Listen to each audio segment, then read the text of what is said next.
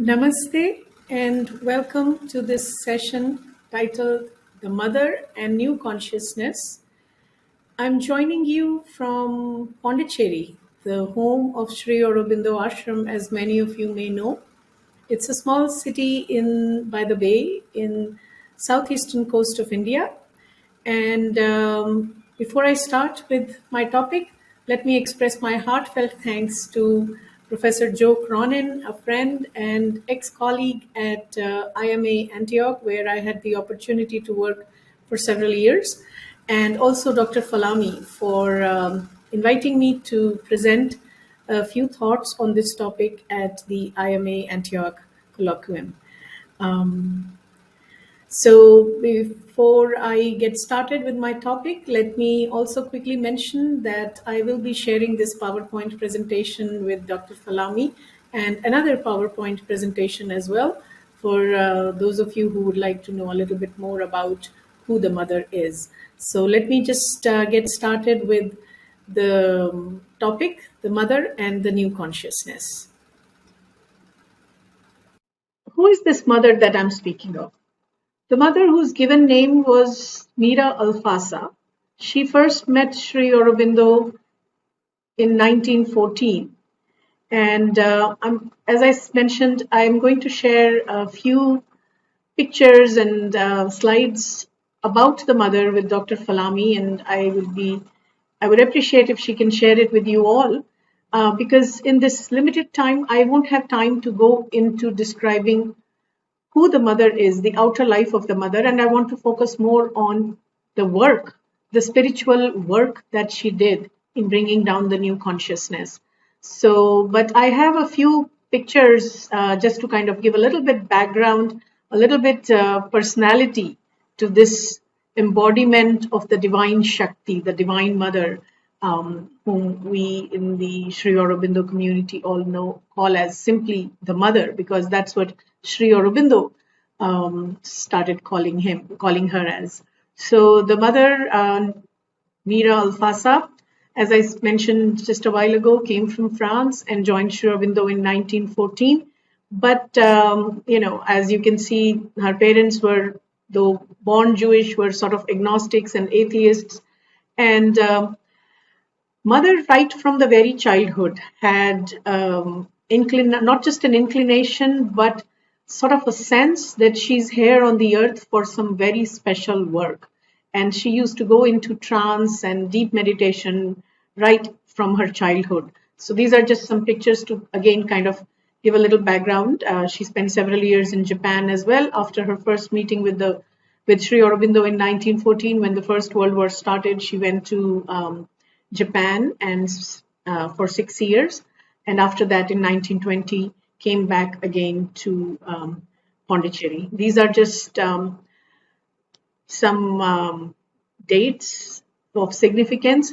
And the date that we are most concerned with for our present topic is the 1920, April 24th. That is the date of Mother's final arrival in Pondicherry. Now, this is a very special date in the spiritual history of Earth, you can call it, because this is the date when she decided to be always with Sri Aurobindo and collaborate in the supramental yoga to bring down a new consciousness on the earth. Now, it is only by a change of consciousness that the true basis of life can be discovered. Sri Aurobindo had said this once. And this change of consciousness at the cosmic level is about the change from mind to supermind as the founding principle of all creation, all manifestation. Now, when we talk of creation in the Indian spiritual context, within the perspective of the Indian spiritual thought or spiritual vision of life and existence, manifestation is a more appropriate word, which is what I will be using throughout, because in this vision, there is no separation between the creator and creation as such. In fact, the whole existence, the whole creation is truly a manifestation, an expression of the supreme source, the creator himself or herself or itself, depending on how we want to, whatever word we want to use. So all comes from within that divine supreme source, and all moves within that divine supreme source, and yet the divine transcends all manifestation. So the divine is in the manifestation is playing out itself in the divine, and yet the divine transcends this entire cosmic existence as well. So on this cosmic level, the new consciousness in the light of Sri Aurobindo's integral yoga or supramental yoga means the change from mind to supermind as the very foundational principle of all existence. Now, what is this supermind? Before we get to explore a bit about what this supermind is, a few words may be necessary about the spiritual history of mankind, particularly as it has played out in India, which many have spoken of as the grand laboratory of the evolving spirit in humanity when it comes to all kinds of deeper quest and seeking on matters of the spirit. So broadly, we can look at the eternal quest of Indian sages and seers in a progressive march through the epochs of the Veda and Upanishads to the age of darshanas, the Puranic, the Bhakti and Tantra.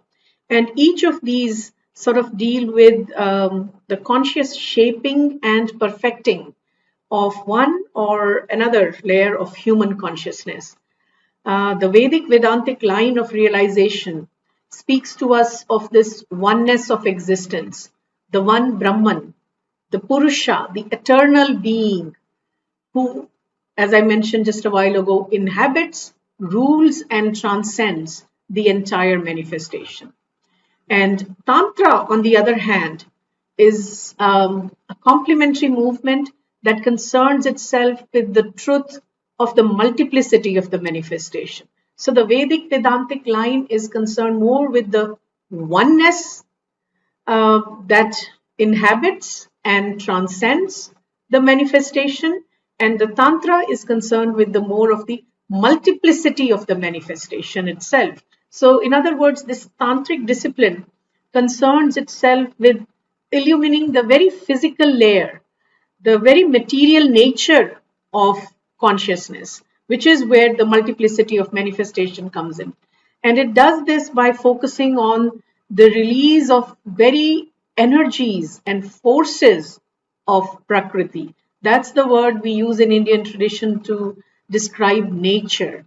Tantra speaks of the mastery of these energies, these forces of nature, through this process of purification and opening and surrendering into the consciousness of the supernature, the para prakriti, which is what in Indian tradition is known as the Divine Shakti, the Divine Mother.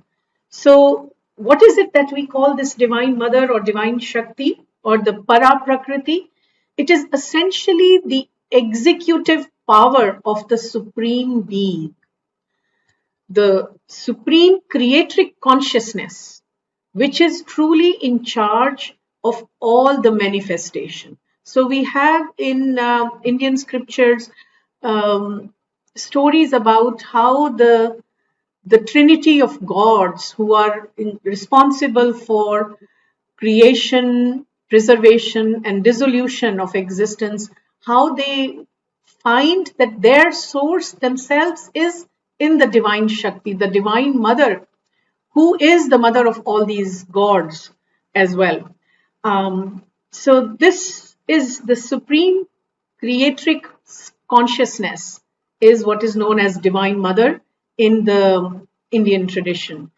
And Prakriti or nature, Mother Nature, is essentially the lower and the limited form of this Divine Shakti. So the Divine Shakti or Divine Mother is the para Prakriti, something that is beyond Prakriti, and the nature is called as Prakriti. Sri Aurobindo's integral yoga is in fact a synthesis of both these lines of spiritual realizations, but at the same time also transcends them both by bringing in a very important element of transformation. And it will be clear as I go along further in my exploration.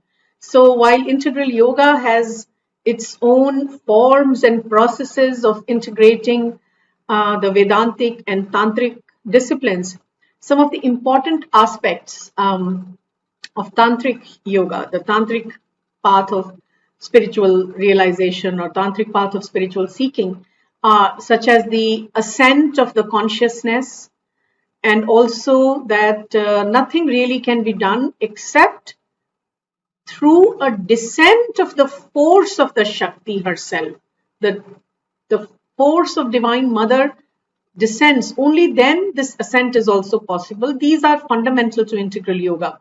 So practices such as opening of one's entire being, all parts of the being, to the force of the Divine Mother is really a key to the transformation that is the aim of integral yoga. Surrender to the Divine Shakti, to the Divine Mother, is at the heart of the practice of integral yoga. Now, I know I haven't forgotten this question that we have in front of us about what is this supermind or this supramental consciousness, which will bring in the new age, the new creation, the new consciousness. That is what our interest at the moment is. But again, before we get to that, let me just continue a little bit further with this background, because without this, it will be difficult to explain what this new consciousness is. So going back to the Vedic cosmology, the Vedic vision of existence, the Veda, as we know, is the most ancient scriptures that we have of the humanity.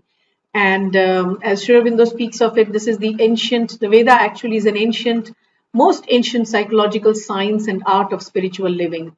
Now, the Veda speaks of this world of truth, light, and immortality, which is higher and superior to the world of our ordinary human existence.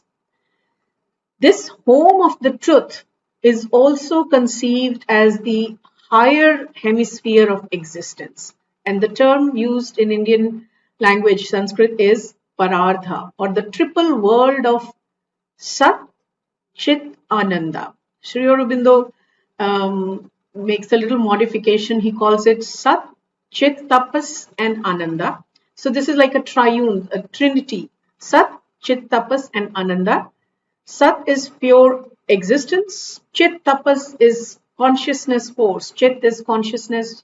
Tapas is force, and Ananda, bliss, delight. So this is the supreme reality, Satchidananda. In one word, it is also called as simply Satchidananda in Indian tradition. This Satchidananda, or the supreme reality, is from where all manifestation proceeds, and the Vedic vision says, and it is into this Satchidananda that all manifestation ultimately reunites. So this is the higher hemisphere, or the Parardha. Then there is a lower hemisphere as per the Vedic cosmological vision, which is called as Aparardha. That also is a triple world of mind, life, and matter. Manas, that is the mind, Prana, that is life, and Annam, that is the matter. And in this lower hemisphere, truth gets much mixed up with falsehood and error. This is the Aparardha. So yes, here you can just kind of see the first triple world, the higher triple world of pure existence, pure consciousness force, pure bliss, and the lower triple world of mind, life, and matter. Different scriptures have given different terms to these planes of consciousness or these planes of existence, but always staying, true to this vision, the Vedic cosmology. Now, between these two worlds of the higher hemisphere and the lower hemisphere is that link world, which you can see marked in red there. That is the world called as Maharloka or Mahidyus, or Sri Aurobindo calls it the plane of truth consciousness. That is the home of Satyam, Ritam, Brihat. Satyam, truth, Ritam, the right cosmic order, and Brihat, the vast. So this is what Sri Aurobindo refers to as the supramental truth consciousness. Again, the Vedic vision also speaks of the unity, this cosmic existence. There is an underlying unity and interdependence of all these seven principles and the seven corresponding worlds corresponding to these seven principles of existence. And the worlds are called as the lokas. So you have the Satya Loka, the pure existence, Tapaloka, Anandaloka, Swaraloka, Bhuloka, and Bhuvaloka. But there's no need to kind of go into the detail of all this. The Upanishads, which is known as the body of scriptures known as the Vedanta, in the sense that they are sort of like the culmination of the philosophical, the metaphysical truths from the Veda. They speak of each of these cosmic worlds having a corresponding sheath or kosha in human consciousness. And each of them has its own corresponding faculties. So the idea that man or human and cosmos are built on the same principle and are mutually inclusive of each other. So you and I are simply a microcosm of the macrocosmic existence out there. So there is fundamentally essentially no difference between the individual and the cosmos in this vision of existence. Now, we also know that in our present state of human evolution, for the majority of humanity, the sheaths, the faculties that correspond to or sort of belong to the higher principles of existence, which is the Maharloka onwards, the knowledge, the Vigyan, the truth consciousness onwards to the triple world of Sachidananda, are highly rudimentary and not even fully formed, not even conscious or active. But these can be made active and developed with a conscious spiritual discipline. And that is the promise and hope Indian spirituality gives to humanity. Now, the Veda tells us that the gods are there to help us develop these higher faculties, these higher koshas. These gods are essentially cosmic powers, whom Sri Aurobindo also speaks of as children of light. And they are the ones that the Vedic yagna, the Vedic forms of worship or seeking, invoke to help the human soul rise in consciousness. So just to kind of bring this more to our understanding, as per this Indian Vedic view, a human individual and cosmos are built on the same principle and are mutually inclusive of each other, as I pointed out. And so outwardly, while you and I may seem to be this insignificant part of the cosmos, but inwardly each one of us is a miniature representation of the cosmos. And in our inmost self, each one of us is a direct expression, a portion of the eternal divine, essentially equal with the gods, the cosmic powers. This is the essential truth of our being, and with the ultimate destiny of becoming one with the supreme divine. So, and now I think more than ever, humanity needs to live and evolve into this truth of its being. So if you tell someone that you are essentially divine, it brings up a different kind of, inner seeking. It creates a possibility, a different kind of a possibility for an inner seeking. But if you tell that same individual that you are essentially simply a higher form of animal with all the animality in it, well, that is also true, but that is only an outward covering, if you will. The inmost truth is that you and I are essentially portions of the divine, essentially equal to the divine, except that we aren't aware of that divinity in us. So, as I mentioned about these higher triple world, the Parardha, and the lower triple world, Aparardha, if we kind of think about it, all that we seek in our ordinary life in this sort of lower triple world of mind, life, and matter, whether it is knowledge, will, or force to do some effective action, love, happiness, whatever that might be, through all the experience in our day to day ordinary life, all that we are doing it in this lower triple world, which is full of ignorance and falsehood. Now, ignorance in the Indian context does not simply mean having no knowledge, but it simply is knowledge of the multiplicity of manifestation, which is the, in a sense, the world knowledge, not essential knowledge of the self that is behind the manifestation, or that is the cause of the manifestation.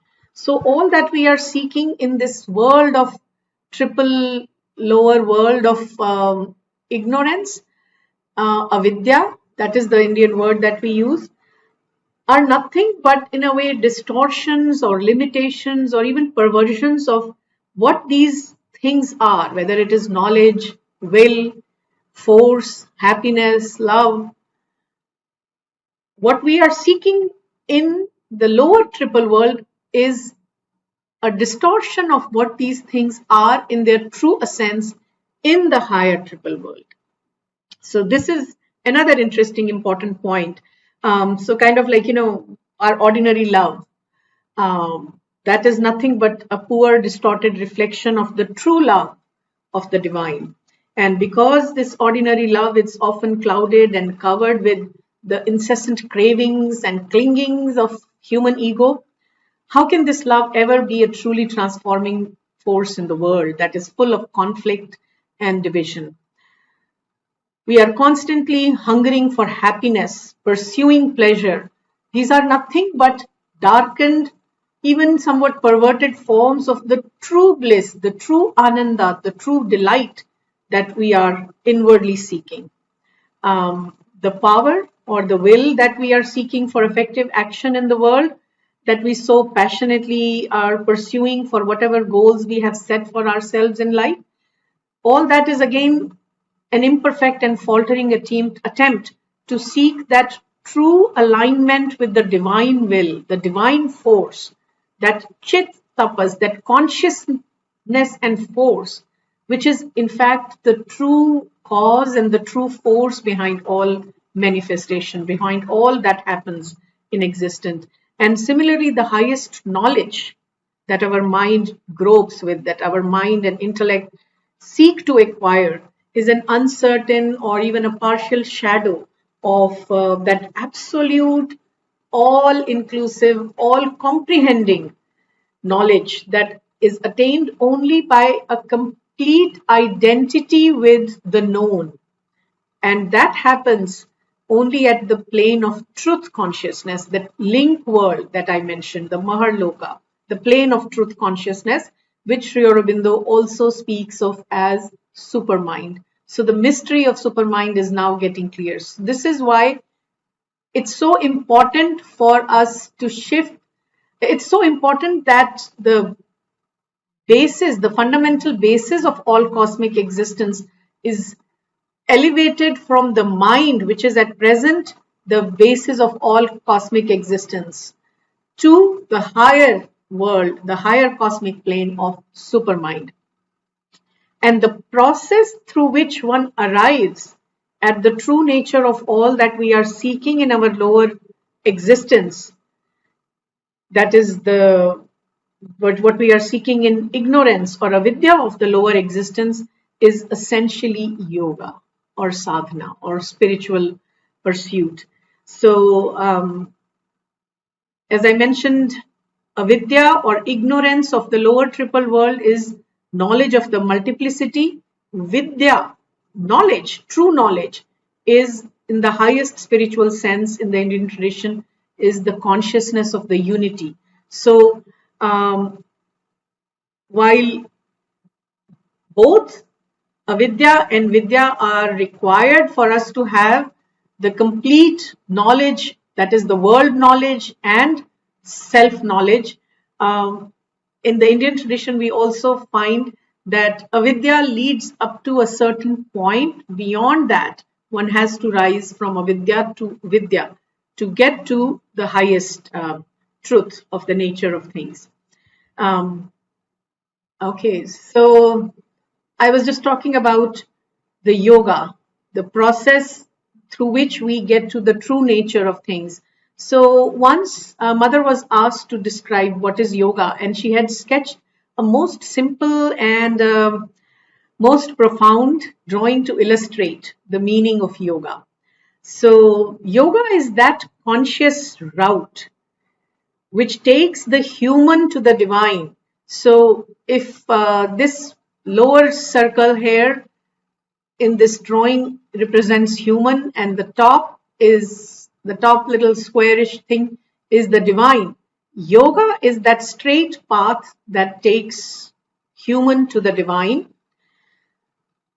Whereas in the pursuit of our ordinary living in this lower triple world, we will traverse the same journey, but through a zigzag, zigzag, zigzag of many, many lives.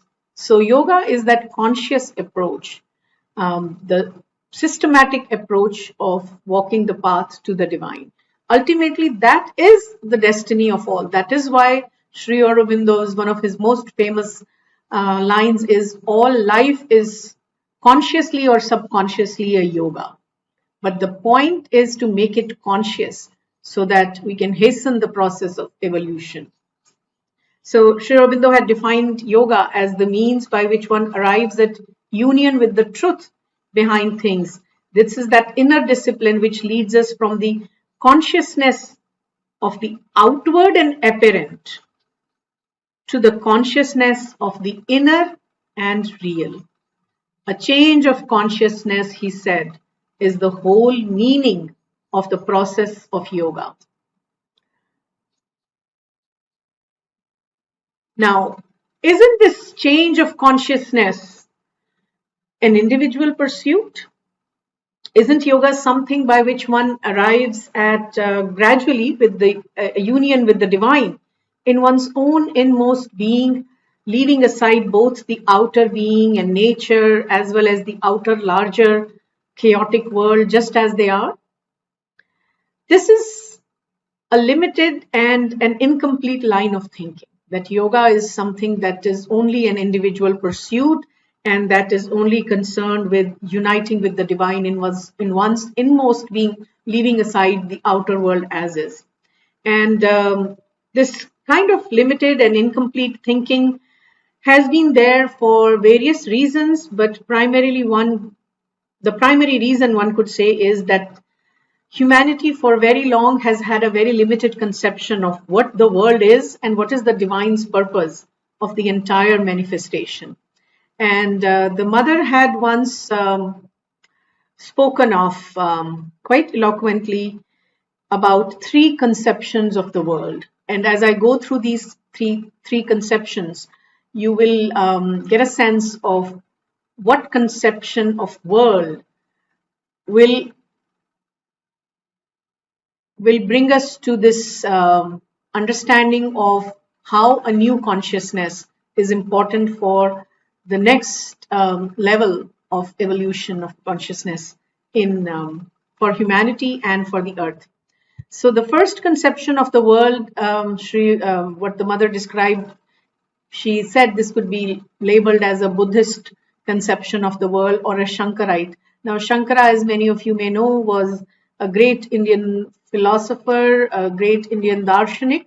The word philosophy in India, the Indian word for philosophy is darshan, which actually means seeing. So the discipline of philosophy in India is not an intellectual, mental, gymnastic, speculative kind of work, but the vision, having a vision to see the truth behind, having the drishti to see the truth of existence and reality, and that is then expressed through the higher intellect.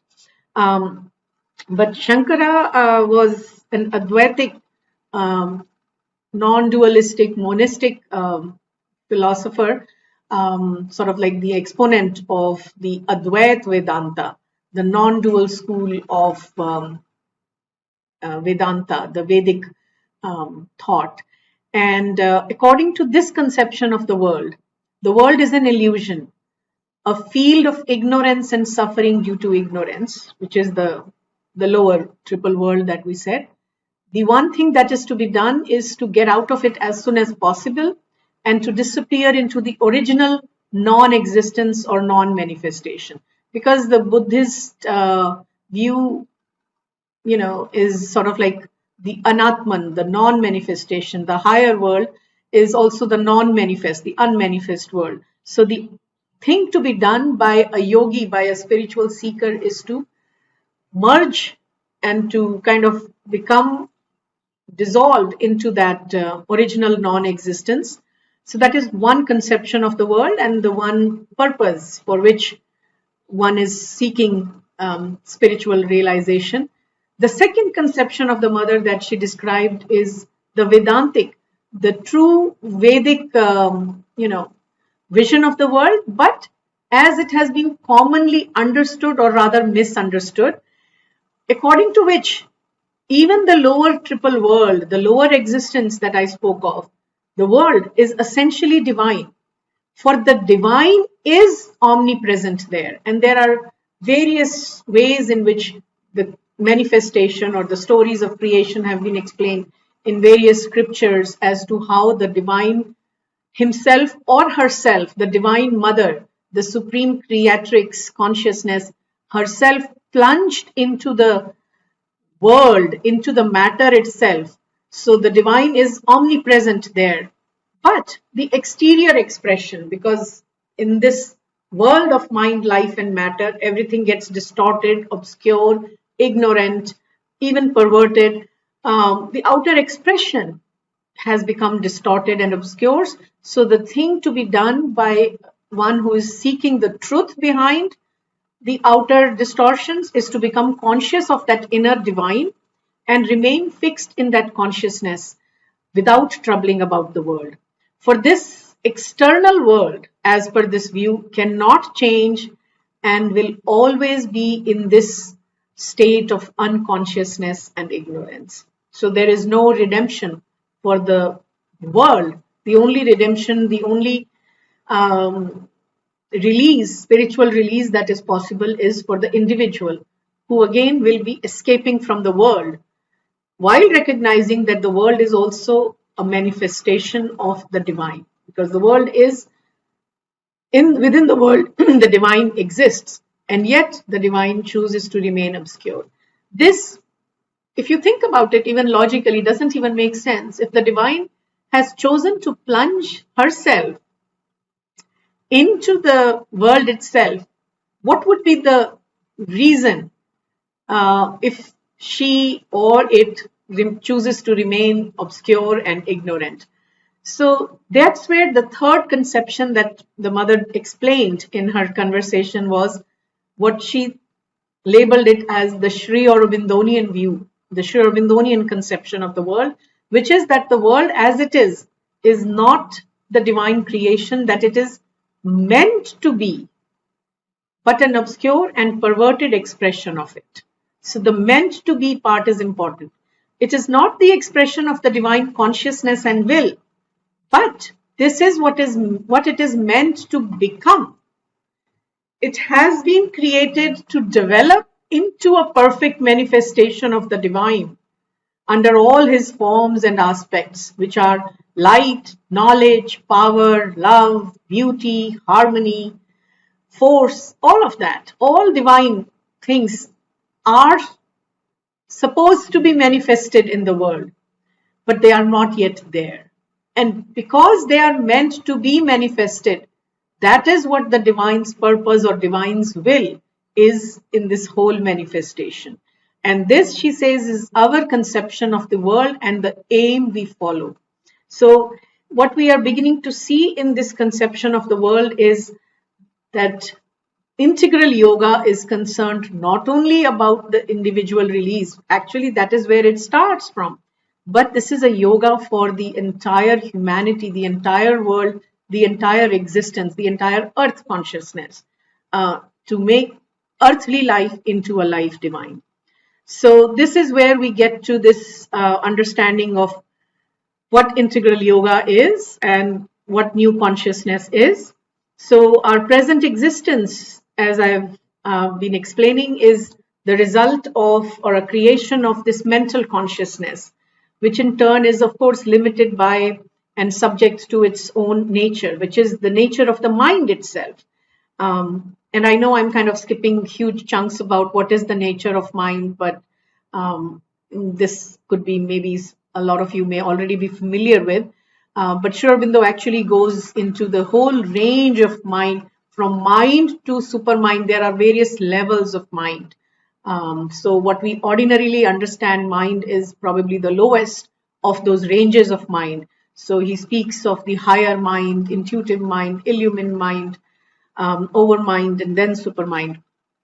But as long as the same mental consciousness becomes or remains as the basis for all adjustments and readjustments and revolutions and rethinkings and reorganizations and replanning in our societies and communities, whether it is on the political, economic, cultural structures, or even at the level of individual lives, all the efforts that we put into it will be able to solve the problems that we are facing, the crises that we are facing, only for a short period of time. Only solution is to bring down a new consciousness at the cosmic level, which is wider, higher, and deeper than the mental consciousness. That alone is the key to the evolutionary crisis that faces us today. And this is where we find the true significance of the yogic work of Sri Aurobindo and the Mother, because they were able to bring down on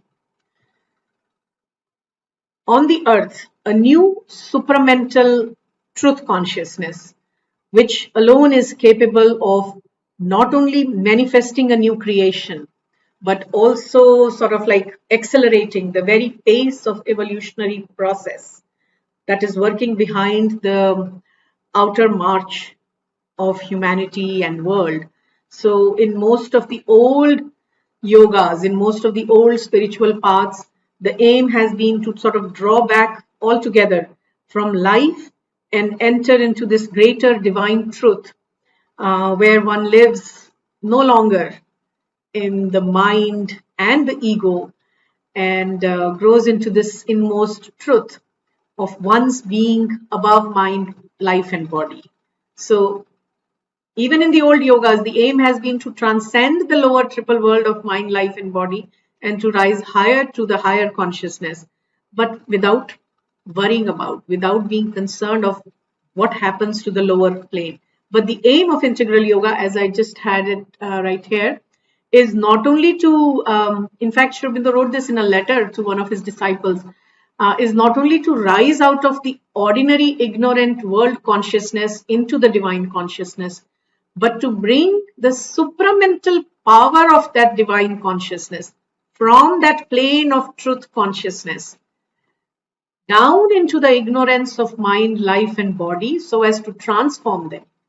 So that right here, there is a possibility to manifest the divine here and create a divine life in matter. Wherever I have mentioned, just to kind of give you a little hint, CWSA, that is complete works of Sri Aurobindo. And wherever you see the reference CWM, that is the collected works of the Mother. They are altogether 54 volumes, humongous volumes, lots of things to read and reflect upon for anybody who is interested.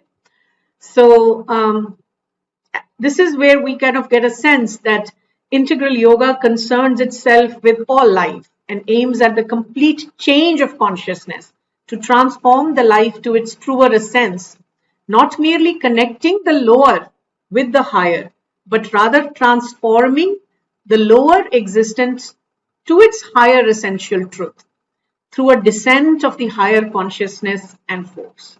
That is the force of the Divine Shakti, the Divine Mother, who is the creatrix at the plane of truth consciousness.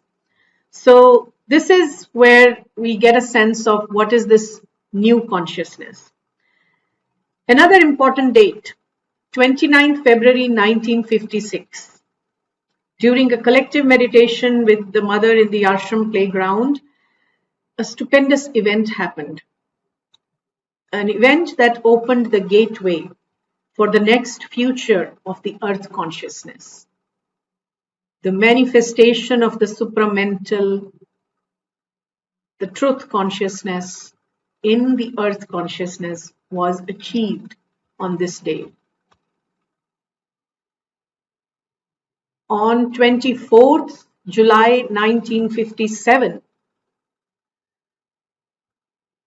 almost a year and a half later, the mother described the significance of this great spiritual event as the beginning of a new world.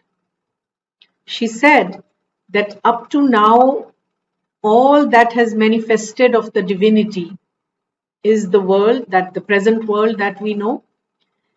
This, as I've been describing, is a mental world, she said, and its apex or its highest prototype is man, the mental being. Now, the word man in English comes from a Sanskrit word manu, which comes from the manas, which actually means mind. So man, when I have used, whether in my PowerPoint or whether Mother or Aurobindo use them in some of the quotes that I have been sharing, man is not to be seen in that gendered lens, but rather man as the mental being, man, the manu, the mental being. So the mother added that this man or human, as we call it, is the prototype of this mental world, which is based on mind as the highest consciousness at the cosmic level. And she continued that this manifestation, however, is boundless. And after the mental world, another reality will manifest, and that is what Sri Aurobindo has called as the supermind, because that is in fact the next step after the mind, as per the vision of ancient rishis, sages and seers, right from the time of the Vedic realization. So when we see this new world from this standpoint, from this perspective of the present mental world, that world naturally, she called it, that it also naturally appears as something beyond mind. So hence the word supramental, that is something above the mind. And then she goes on to explain further that so far this whole creation belongs to the lower hemisphere, the lower mind, life and body, which is governed by ignorance, the avidya principle, and based upon the inconscient. Whereas the other one, the supramental one, will be a complete reversal of this, which will be, instead of being based on ignorance, will be based upon truth, because that is the plane of the truth, the right, the vast, the supramental truth consciousness. That's why it will be truly a new world. So the question was that, will this new world be entirely new? Will it have anything to do with the present world, sort of the old world as we know it? Will it be a transformed world out of the present world? And this again, she had explained it quite clearly. And she said that if the essence, let me just read it, read her words. But if the essence, the principle of this new world were not included in the world as we currently know it, there would be no hope of the one being transformed into the other. There would be two worlds, totally different, totally opposed to each other, with having no contact between them. So there is a new world and an old world with no possibility of contact between another. But then she said that is not the case. She said in its essence and principle, the new is already involved. This is where the involution and evolution idea of Sri Aurobindo's and Mother's integral yoga becomes very significant. The new truth consciousness is already involved in the old world, in the matter, in the lower hemisphere. So in fact, it is there, she said, inside in its very depths, hidden, invisible, imperceptible, unexpressed, but it is there in its essence. But this is where it becomes very interesting. It's already there. Why isn't it coming out? Unless from the supreme heights, the supramental consciousness and force and light manifest directly in the world, which is where the descent of the supramental, the descent of the higher consciousness becomes important.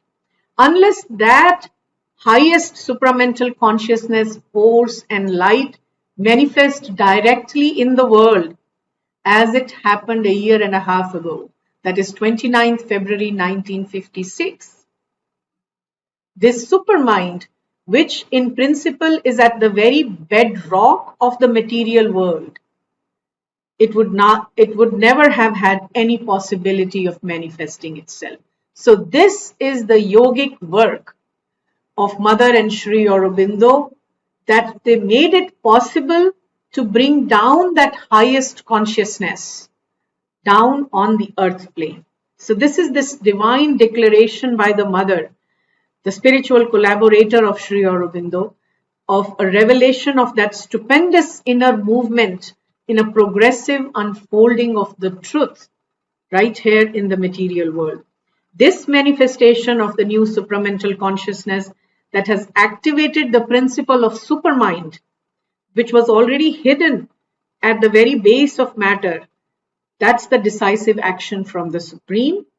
And that is why the Mother said once that now the material nature has become a willing collaborator to the call of the Spirit for transformation of matter and life. So before I conclude, I thought I would have time to tell you a couple of different stories, because this idea of matter transforming into its essential spiritual truth is already hidden there in many stories in Indian tradition of Shiva and Parvati's marriage, and also there is a Vedic story right from the Rig Veda, which speaks of the Divine Mother plunging deep into the matter, and then at the behest, at the request, and with the help of the gods, with the help of these cosmic powers, uniting back to the spirit, back with the Sachidananda, the Brahman. So I don't have time to go into these stories. The point that I want to make is that the ideas that were there somewhat at the seed level, in a seed form in Indian tradition, as seen by ancient rishis and seers, the truth that was there in the seed form in the Vedic corpus has been has come to its full manifestation in the stupendous yogic work of Sri Aurobindo and the Mother. Let me also just mention one other thing before I conclude. The work that was needed to bring down the supramental consciousness on the earth so as to change the very basis of existence, the very founding principle of the existence, that work required the advent of a dual avatar. Now, avatar, I don't have time to go into what is this avatar, the meaning of avatar in the Indian tradition. Just very briefly, it means the descent of the divine onto the earth for a very specific purpose. But this work, that is to bring down the supramental, a new basis of existence, this work required a twin avatar of both the Ishvara and the Shakti, the Supreme himself and the Divine Shakti herself on the earth. And that is the real significance of the collaboration between the Mother and Sri Aurobindo. The real significance of the date with which I started, 24th April 1920, the date that Mother came to India for staying here in India with Sri Aurobindo and to collaborate in his work. And I have here a few last slides of some lines from Sri Aurobindo's epic poem, Savitri, which is essentially a record of the yogic work of Sri Aurobindo and the Mother. And in the last book, Sri Aurobindo speaks of the advent of the Divine Shakti, the Divine Mother. And I'm not going to read these lines, but as I said, this presentation, I will send it to Dr. Falami, so she will be, I'll be very happy if she shares it with you all. I will just conclude that when this dual avatar happens, nature shall live to manifest secret God. The spirit shall take up the human play. This earthly life become the life divine. And before I conclude, let me just read out one letter from Sri Aurobindo. Actually, not a letter, a conversation with a few close disciples that he had once, where somebody had asked him specifically about the work of the mother in his integral yoga and the true nature of the collaboration between Sri Aurobindo and the mother for the supramental yogic work. And this letter was later published in one of the ashram journals as well in 1970. So when Sri Aurobindo was asked whether the complete transformation of matter or earthly life into life divine is possible without having a Shakti, Sri Aurobindo had noted something very fundamental about the mother's yogic work. He said, and I quote, "The function of the Shakti is something special. In my own case, it was a necessary condition for the work that I had to do. If I had to do my transformation only, or give a new yoga or a new ideal to a select few people who came into personal contact with me, I could have done that without having any Shakti. But for the work that I had to do, which was the work for the earth, by the way, it was necessary that the two sides must come together. By the coming together of the mother and me, certain conditions are created which make it easy for you to do the transformation." So if in the Indian tradition we have this whole lineage of avatarhood, the whole lineage of divine descent on the earth, whether it was the avatar of Ram, Krishna, or even several avatars before that, this is the first time we speak of divine descent, a dual descent of the divine and the divine Shakti on the earth. The collaboration of Sri Aurobindo and the mother for the transformation of the earthly life into divine life. I know I have exceeded my time a little bit. I apologize for that, but this was such an important topic, and I felt that I needed to give a lot of background information so that it becomes somewhat clear. So I thank you for your patient listening, and if there are any questions or comments, I request Dr. Falami to please forward those to me. Maybe I can point out some additional reading or reference material for any queries that anybody may have. Thank you and namaste. Have a wonderful rest of the colloquium. Thank you. Bye-bye.